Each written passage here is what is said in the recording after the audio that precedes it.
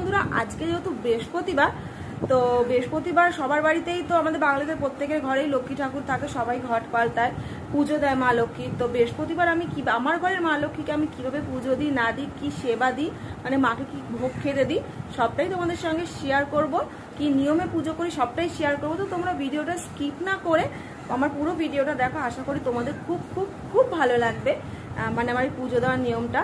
আর ভালো লাগলে অবশ্যই চ্যানেলটা সাবস্ক্রাইব করে পাশের বেল আইকনটা ক্লিক করে অবশ্যই ক্লিক করে অল করে দিও, আর শেয়ার করে দিও, লাইক করে দিও। তো চলো আর কথা না বাড়িয়ে ভিডিওটা শুরু করি। তো বন্ধুরা, এটা হচ্ছে আমার ঘরের মা লক্ষ্মীর মূর্তি, একবারে সিংহাসন সমেত কিন্তু পেতলের এটা সেট। আর এটা হচ্ছে আমার ঘরের আদার্স আরও যে ঠাকুরগুলো রয়েছে পাশে, এগুলো কাঠের সিংহাসনে রয়েছে। দেখো সিংহাসনের উপরেও আমাদের অনেক ঠাকুর রয়েছে। এই ঠাকুরগুলোকে কিন্তু আমি প্রত্যেক দিন নিত্য সেবা দিই, খুব সুন্দরভাবে গুছিয়ে আমি নিত্য সেবা দিই। আর এগুলো হচ্ছে আজ যেহেতু লক্ষ্মী পুজো, তাই বাসন আমি আগের থেকে ধুয়ে রেখে দিয়েছি, জায়গা পরিষ্কার করে মুছে। এগুলো হচ্ছে আমার গাছের ফুল, আর এই ফুলগুলো হচ্ছে আমি দোকান থেকে কিনে এনেছি। দোকান থেকে আমার গাছে আরও প্রত্যেক দিন এর থেকেও বেশি ফুল ফোটে, যেহেতু যারা ভাড়া থাকে তারাও নেয়, তো সবাই মিলে নেয়, পাড়ার লোকেরাও নেয়। তার জন্য মানে সবাই তো ঠাকুরের ফুল, সবাই ঠাকুরের চরণে দেবে, তো সেই কারণে ঠাকুরের চরণে একটা ফুল দিলেই ঠাকুর সন্তুষ্ট, সেই কারণে বেশি ফুল নিই না, অল্প করেই নিই। আর এখানে দেখো, এখানে দোকানের থেকে ফুল আনি, কারণ বৃহস্পতিবার করে এর মধ্যে পান থাকে, কলা থাকে, আমপল্লব, দুব্বা, তুলসী পাতা, বেলপাতা সব থাকে, সেই কারণে দোকান থেকে আমি নিয়ে আসি এই ফুলটা, কারণ একটা ইসের মধ্যে আমি সব কিছু পেয়ে যাই। আর তাছাড়া মানে ঘটে দেওয়ার জন্য আদার্স এগুলো জোগাড় করতে, তো কলা বলো পান বলো জোগাড় করতে খুবই অসুবিধা হয়, তো সেই কারণে এটা একটা প্যাকেটে সব থাকে বলে, সব কিছু থাকে বলে নিয়ে চলে আসি। তো আমি এখানে দেখো কলা, আমপল্লব, তারপরে তোমার ফুল, তারপরে পান পাতা, তুলসী পাতা সবই নিয়ে নিয়েছি বেছে বেছে, বেলপাতাগুলোও নিয়ে নিয়েছি আমি এখানে, যেহেতু নিখুঁত বেলপাতা দিতে হয়। এখানে দেখো বেছে বেছে 7টা আমি আমপল্লব নিয়ে নেবো, 5টা নেওয়া যায়, 7টা নেওয়া যায়, তো এখানে 7টা পাতা যেহেতু ভালো রয়েছে আমি 7টা পাতাই নিলাম। আর এখানে দেখো দুব্বাগুলো আমি বেছে বেছে নিয়ে নেবো, 3টে পাতা দেখে মাথা দেখে 3টে দুব্বা করে নিয়ে নেবো আমি। আর এখানে দেখো আমি ফুল বাছা হয়ে যাওয়ার পর একটা বাটিতে আমি চাল নিয়ে নিচ্ছি, গোবিন্দভোগ চাল। এগুলো আমি এখন সব ধুয়ে আনবো। তো দেখো ধুয়ে আনা হয়ে গেছে। প্রত্যেক বৃহস্পতিবার মা লক্ষ্মীকে আমি চাল কলা দিয়ে ভোগ দিই, শুধু একাদশীর দিন বাদ দিয়ে, একাদশীতে চাল কলা আমি ভোগ দিই না। তো একে একে সব ঠাকুরগুলোকে আমি এবার নামিয়ে নেব, নামিয়ে আমি এবার ঠাকুরটাকে আমি স্নান করাবো। প্রথমে আগে এই দেখো ধানের ছড়াটা তোমরা দেখতে পাচ্ছ, এটা গত বছর লক্ষ্মী পুজোর ধানের ছড়া, তো 1 বছর ধরে এখন আমি মা লক্ষ্মীর পাশে রেখে দিয়েছি, কিচ্ছু হয়নি। এটা প্রত্যেক বৃহস্পতিবার করে নামাই, আবার সুন্দর করে গুছিয়ে আবার মা লক্ষ্মীর পাশে রেখে দিই। তো দেখো আমি এখন সিংহাসনটা সুন্দর করে পরিষ্কার করে মুছে, ভিজা ন্যাকড়া দিয়ে সুন্দর করে মুছে নেব। তারপরে একটা পরিষ্কার কাপড় এর উপর পেতে দেবো। আর এই ময়ূরের পালকগুলো 3-4 বছর ধরেই রয়েছে আমার ঠাকুরের কাছে, তো পরিষ্কার একটা ধোয়া কাপড় আমি এখানে পেতে দিয়েছি। দেখো নতুন কাপড়ই সব থাকে, আর প্রতি সপ্তাহের কাপড় প্রতি সপ্তাহে আমি পাল্টে আমি ধুয়ে কেচে দিই। আর এটা হচ্ছে আমার মা লক্ষ্মী, দেখো কত সুন্দর মা লক্ষ্মীকে এবার স্নান করাবো। তো সবার প্রথমে এটা হচ্ছে পিতলের জিনিস পরিষ্কার করার এই ডাস্ট পাউডারগুলো, তোমরা হয়তো অনেকেই জানো যারা পিতলের জিনিস ব্যবহার করো পুজোর জন্য। তো তারপরে আমি এটা মা লক্ষ্মীর উপরে দিয়ে আমি ভিজা ন্যাকড়া দিয়ে সুন্দর করে আস্তে আস্তে করে মুছে পরিষ্কার করে নেবো। প্রতি বৃহস্পতিবার আমি মা লক্ষ্মীকে যখন স্নান করাই তখন এইটা দিয়েই, পাউডারটা দিয়ে আমি পরিষ্কার করে নিই, তাহলে কী হয় একটু চকচক করে মা লক্ষ্মীর প্রতিমাটা। তো পিতলের দোকান থেকে বলেছিল প্লাস্টিক দিয়ে, মানে কোনো খসখসে জিনিস দিয়ে ঘষতে, তাহলে চকচক করবে, কিন্তু আমি সেটা করি না, কারণ যেহেতু মা লক্ষ্মীকে মা হিসেবে ঘরে আমি পুজো করি, তো মা লক্ষ্মীর শরীরে তো প্রাণ আছেই, তো সেই কারণে আমাদের শরীরে ঘষলে কেমন লাগে, যে মাকে ঘষবো, সেই কারণে আমি ভিজা ন্যাকড়া দিয়ে ভালো করে সুন্দর করে ঘষে পরিষ্কার করে নিই। আমি জল দিয়ে মাকে সুন্দর করে আমি স্নান করিয়ে নিই। তারপরে ন্যাকড়াটা আবার আমি দেখো ভালোভাবে ধুয়ে মাকে পরিষ্কার করে স্নান করি, এবার মুছে নেব। দেখো মা লক্ষ্মীর প্রতিমাটা কত সুন্দর একদম চকচক করে পুরো পরিষ্কার হয়ে গেছে, কারণ এটাতে না খুব সুন্দর পরিষ্কার হয়। আর সপ্তাহে 1 দিন করে পরিষ্কার করতেই হয়, জানো তো, না করলে হয় না। দেখো কত সুন্দর চকচক করছে আমার মায়ের মূর্তিটা।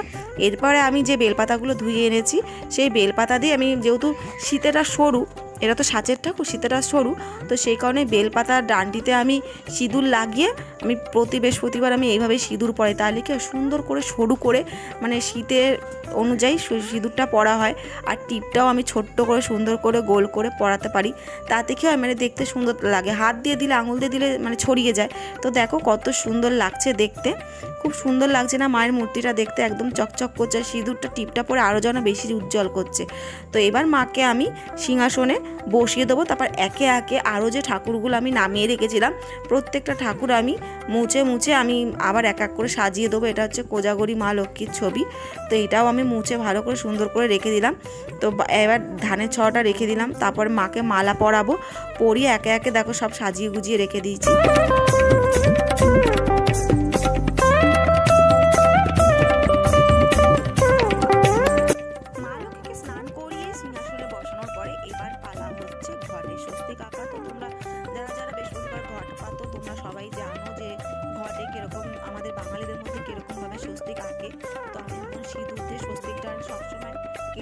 পাশের যে আঙুলটা হয় সেই আঙুলটা দিয়ে সিঁদুর পরানো বলো, স্বস্তিক আঁকা বলো, যে কোনো ঠাকুরের কাজ ওই আঙুলটা দিয়েই, মানে টিপ পরানো বলো চন্দনের, যে কোনো ঠাকুরের কাজ ওই আঙুলটা দিয়ে করাই শুভ। তো দেখো আমি খুব সুন্দরভাবে ঘটে আমি এখন স্বস্তিকটা সিঁদুর দিয়ে এঁকে নিয়েছি। তো কেমন হয়েছে অবশ্যই কমেন্টে জানিও। এবার আমি আমপল্লবটা 7টা পাতায় 7টা সিঁদুরের ফোঁটা, আর আমি চন্দনের ফোঁটা, চন্দনটা আমি চন্দন পাতায় ঘষে রেখেছি, চন্দনের ফোঁটা দিয়ে নেব।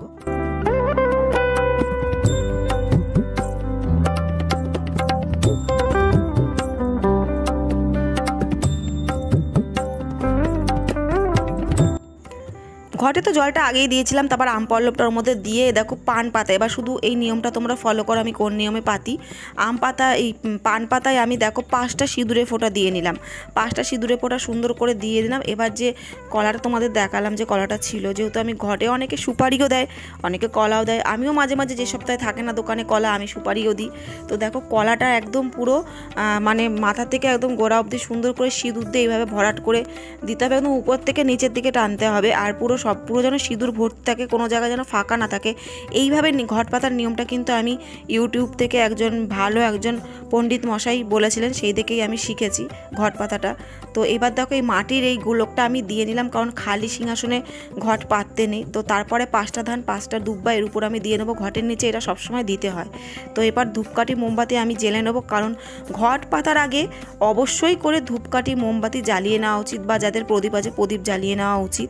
তো দেখো আমার প্রদীপ ছিল একটা, কিন্তু প্রদীপের খুব বুক পুড়ে যাচ্ছিলো বলে প্রদীপটা আমি দেওয়া বন্ধ করে দিয়েছি, তার বদলে আমি মোমবাতি দিই।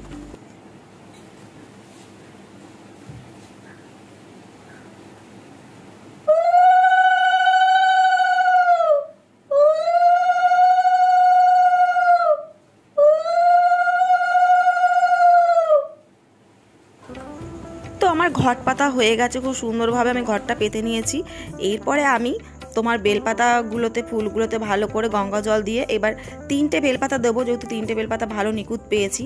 তো বেলপাতার সঙ্গে একটা করে দুব্বা, তার সঙ্গে আমি ফুল মিলিয়ে এইভাবে কিন্তু ঘটে সবসময় দিতে হয়, ঘটে বলো ঠাকুরের যে কোনো ঠাকুরের চরণে বলো এইভাবেই দিতে হয়। আমি দেখেছি প্রত্যেকটা ব্রাহ্মণে এইভাবেই দেয়, বেলপাতার সঙ্গে একটা করে দুব্বা আর ফুল দিয়ে তারপর ঘটে দেয়। তারপরে আমি দেখো গাঁদা ফুলগুলো যেগুলো আছে সেগুলো ঘটের চারিদিকে সুন্দর করে সাজিয়ে দেওয়ার। এই যে ছোটো ছোটো ফুলগুলো দেখছো এগুলো আমাদের গাছের জবা ফুল, এগুলো হচ্ছে লক্ষ্মী জবা ফুল।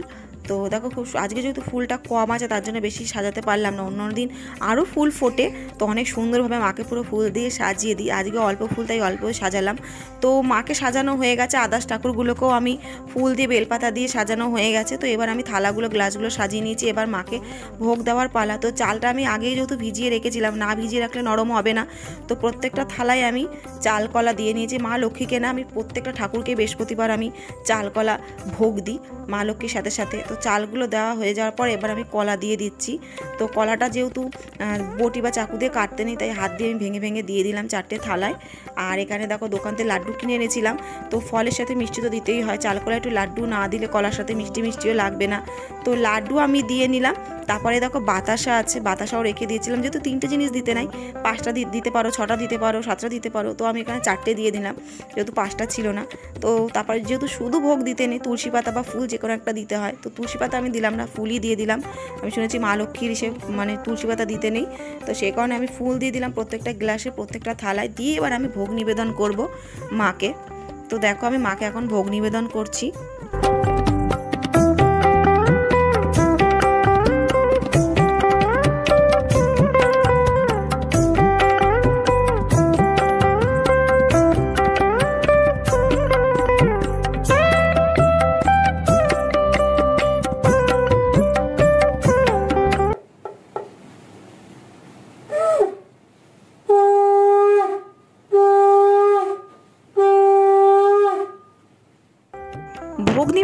হয়ে গেছে, মাকে প্রত্যেকটা ঠাকুরকে ভোগ নিবেদন করা হয়ে গেছে, তারপর ধূপকাঠি মোমবাতি ঘোরানো হয়ে গেছে। এবার আমি প্রণাম করে নিচ্ছি। আমি প্রত্যেক বৃহস্পতিবার করে আমি লক্ষ্মী কুবের মন্ত্রটা আর মা লক্ষ্মীর মন্ত্রটা আমি জপ করি পুজোর পরে। এটা শুধু বৃহস্পতিবার না, প্রত্যেক দিনই করি।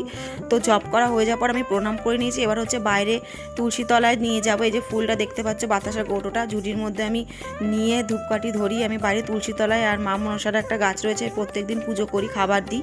তো আমি এখন ঘরের প্রত্যেকটা ঠাকুরকে ধূপকাঠি দেখিয়ে আমি দরজা বন্ধ করে বেরিয়ে যাব, যেহেতু খেতে দিয়ে ঠাকুরকে ভোগ দিয়ে দরজা বন্ধ করে দিতে হয়। তো দেখো বাইরে ঠাকুরকে দেওয়া হয়ে গেছে, তো আমি চলে এসেছি। ততক্ষণ ঠাকুরেরও খাওয়া হয়ে গেছে। এবার 3টে তালি দিয়ে আমি ভোগগুলো নামিয়ে নেবো। সবসময় ভোগ নামানোর আগে তালি দিয়ে ভোগ নামাতে হয়, এমনি মানে চট করে ভোগটা নামিয়ে নিতে নেই। তো আমি তালি দিয়ে দেখো প্রত্যেকটা ভোগ আমি নামিয়ে নিয়েছি। তো এবার এই বাটিটার মধ্যে ভোগগুলো আমি একসাথে করে নেবো।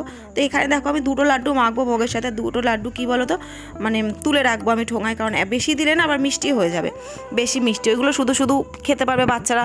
তো সেই কারণে আমি 2টো লাড্ডু দিলাম। প্রত্যেকটা ভোগ দিয়ে চাল কলাটা দেখো এবার খুব সুন্দরভাবে চটকে চটকে মেখে নেবো। বৃহস্পতিবার না এই ভোগটা মায়ের খুব দারুণ লাগে, মানে খেতে স্বাদটাই অন্যরকম হয়। অন্য অন্য সময় তো নর্মালি বাতাসা দিয়ে ঠাকুরকে পুজো দিই, কিন্তু এই একটা দিন বৃহস্পতিবার মা লক্ষ্মীর সাথে সাথে প্রত্যেকটা ঠাকুরকে চাল কলা লাড্ডু বাতাসা দিয়ে দিই।